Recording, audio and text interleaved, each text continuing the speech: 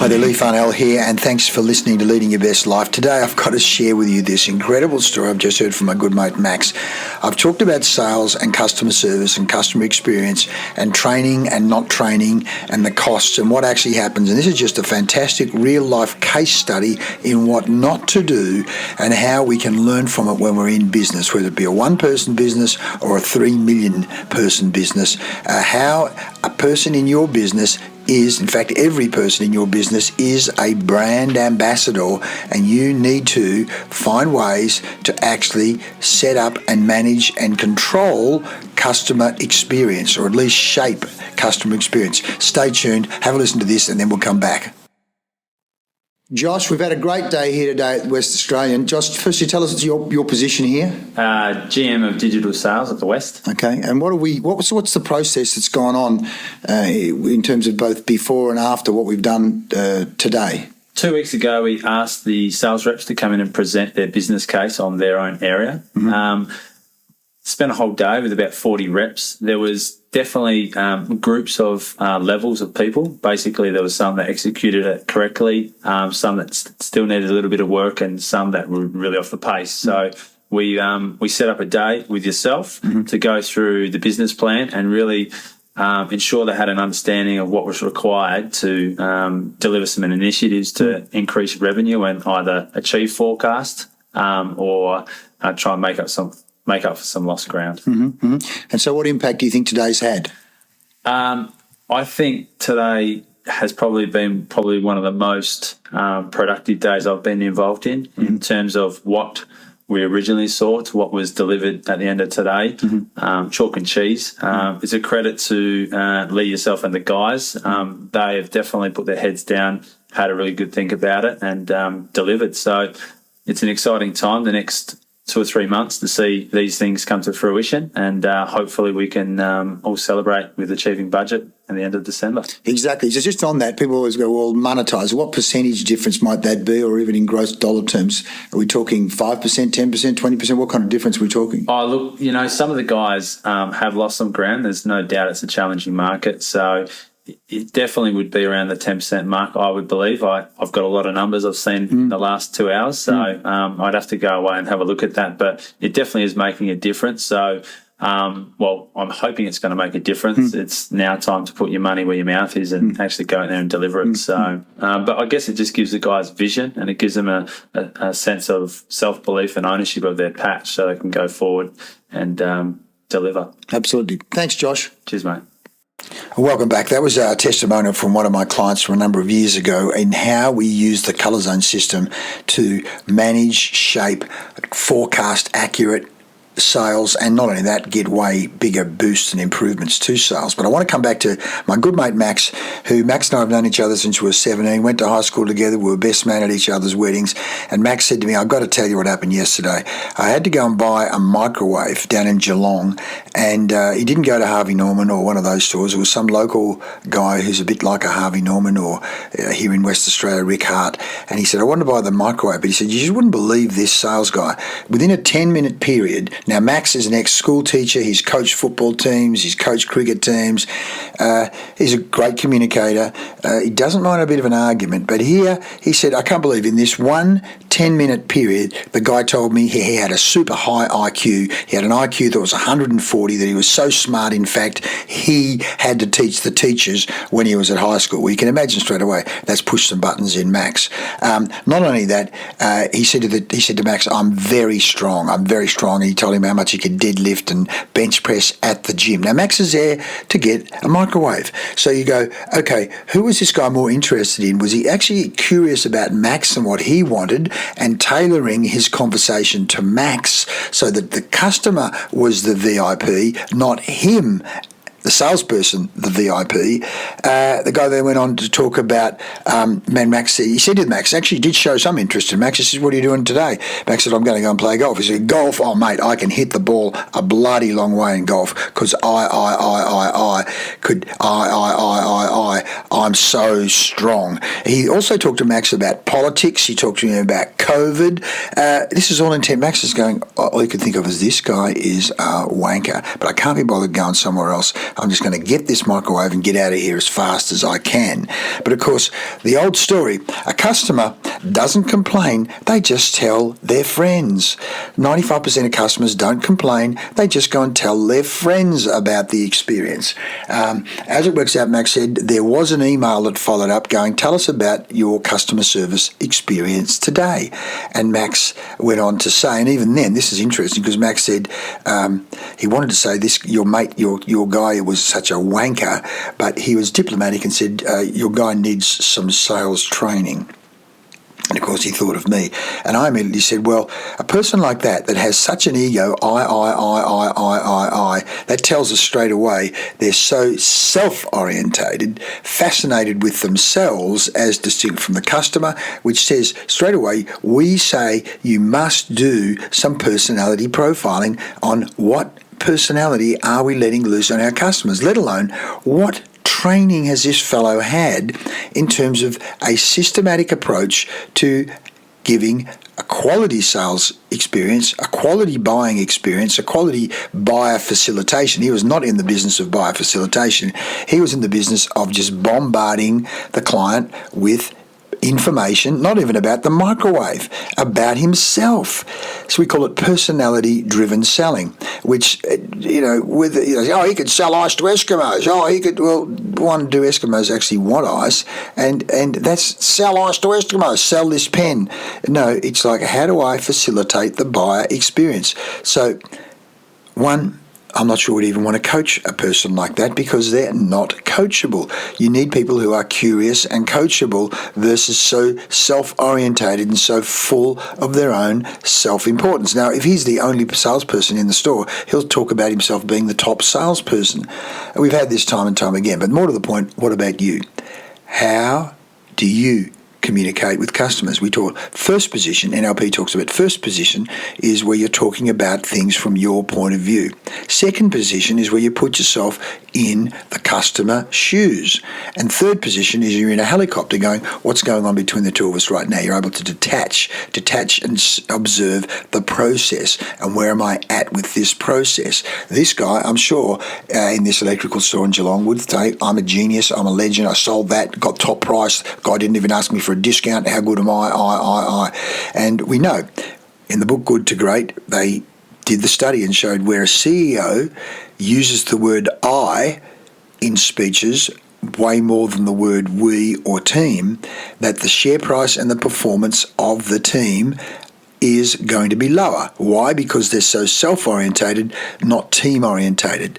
So this is an area that we are passionate about helping people in, the sales and customer service experience. I did a podcast on this only a week or so ago around customer experience, and I talked about some of the statistics there around the importance of when you give customers a great customer experience, one, they're going to go and tell their friends, they're going to be brand ambassadors for you, but two, they're willing to pay a higher price.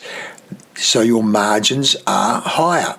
So you want to find out more, do touch base with us, come and join our free community, get more of this information, immerse your people in this thinking, in this language, and then when you want to, go a step further and do a Colour Zone sales and service diagnostic. It's a free diagnostic you can get access to. Just DM me, follow the link in this podcast.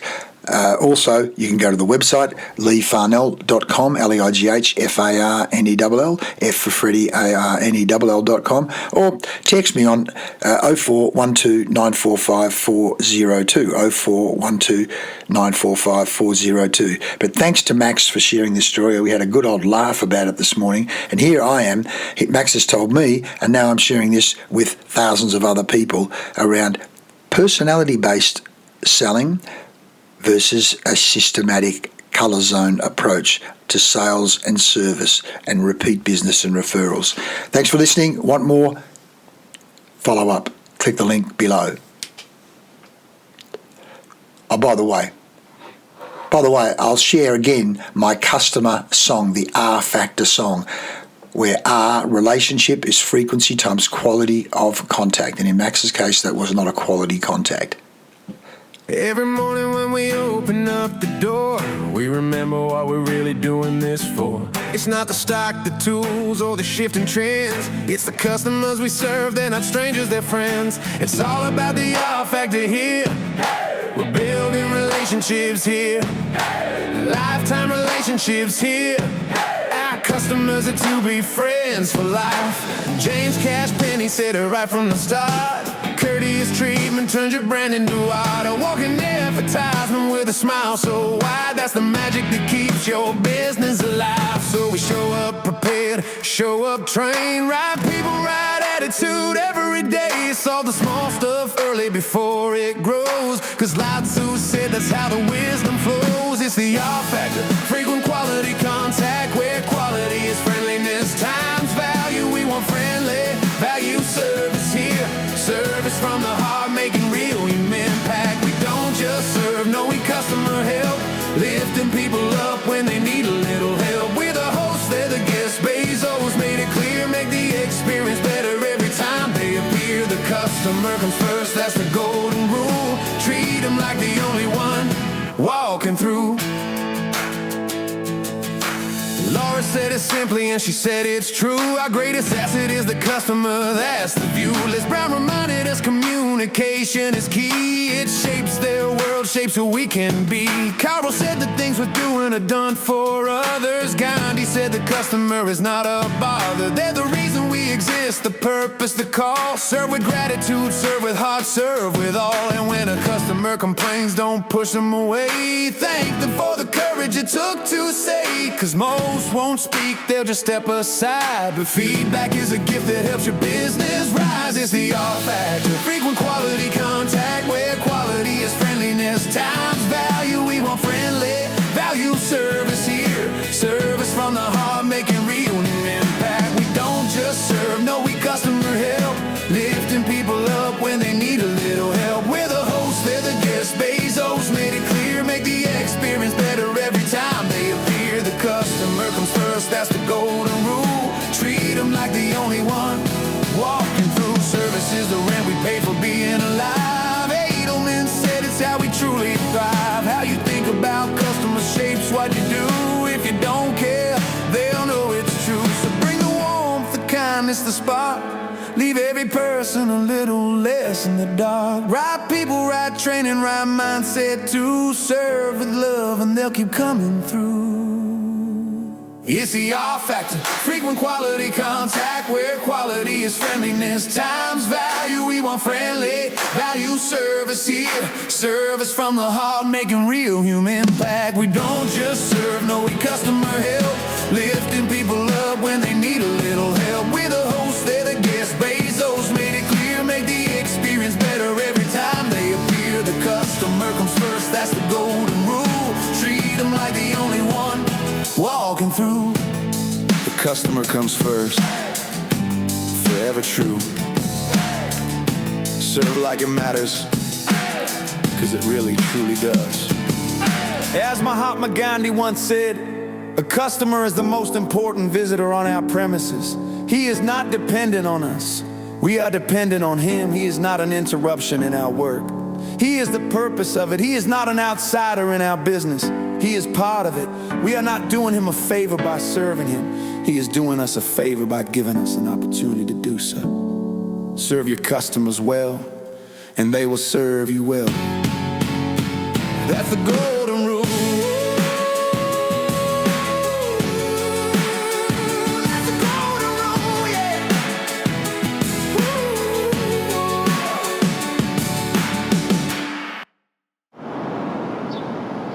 Every morning when we open up the door, we remember what we're really doing this for. It's not the stock, the tools, or the shifting trends. It's the customers we serve, they're not strangers, they're friends. It's all about the R factor here. We're building relationships here, lifetime relationships here. Our customers ought to be friends for life. James Cash Penny said it right from the start. Courteous treatment turns your brand into art. A walking advertisement with a smile so wide. That's the magic that keeps your business alive. So we show up prepared, show up trained, right people, right attitude every day. Notice all the small stuff early before it grows, 'cause Lao Tzu said that's how the wisdom flows. It's the R factor, frequent quality contact, where quality is friendliness times value. We want friendly value service here. Service from the heart, making real human impact. We don't just serve, no, we customer help.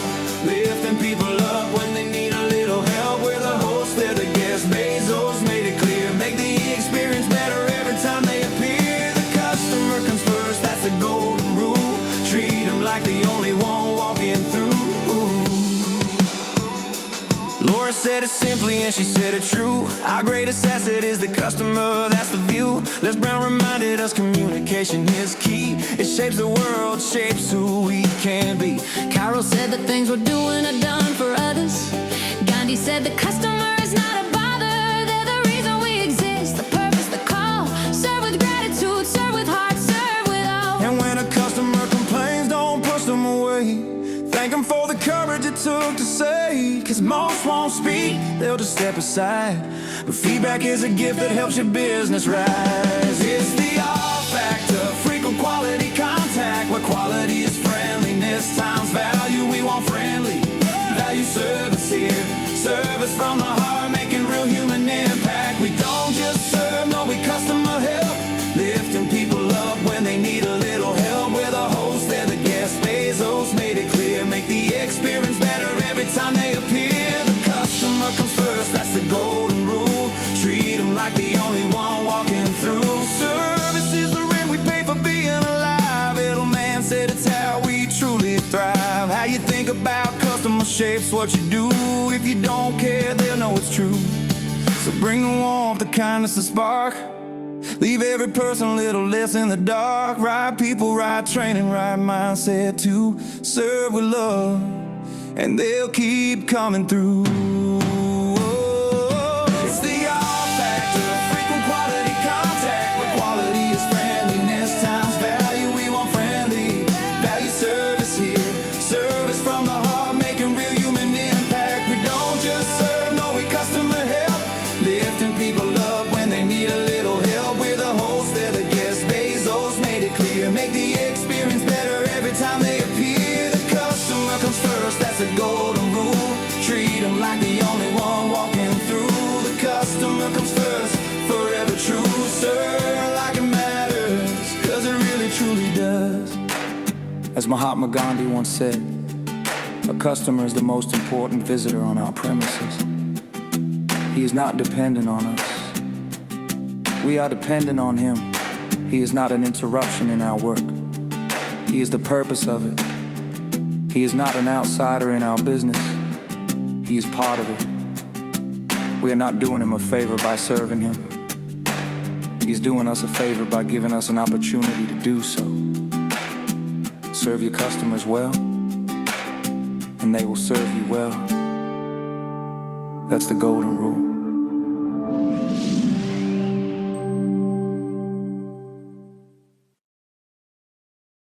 Good afternoon. I'm Vicar Shirley from Woodhouse Timber Company. I'm the National Sales Manager for Independence, and I've been attending a sales seminar with Leigh today. I think the major benefit out of today was the focus on sales planning and preparation and development.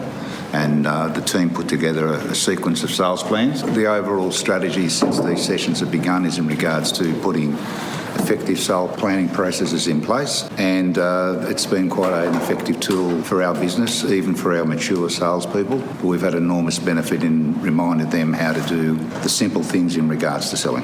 I think even the experienced guys, I think for them it's been important for them to be able to relearn the lessons they've learned earlier in their careers, and then they've been reinforced those simple processes in being an exceptional salespeople. For the younger and more inexperienced people, it's been an enormous benefit for being able to understand the technical side of selling. I think it's been a benefit to all the sales team. I think that getting in front of a group of people really has opened up a few of the personalities, and I can see that in their general demeanour, going forward since we've started the program. Can only highly recommend it. It works across from what I call clean skin salespeople right up to mature guys that have been doing it for over 40 years. Thanks, Leigh.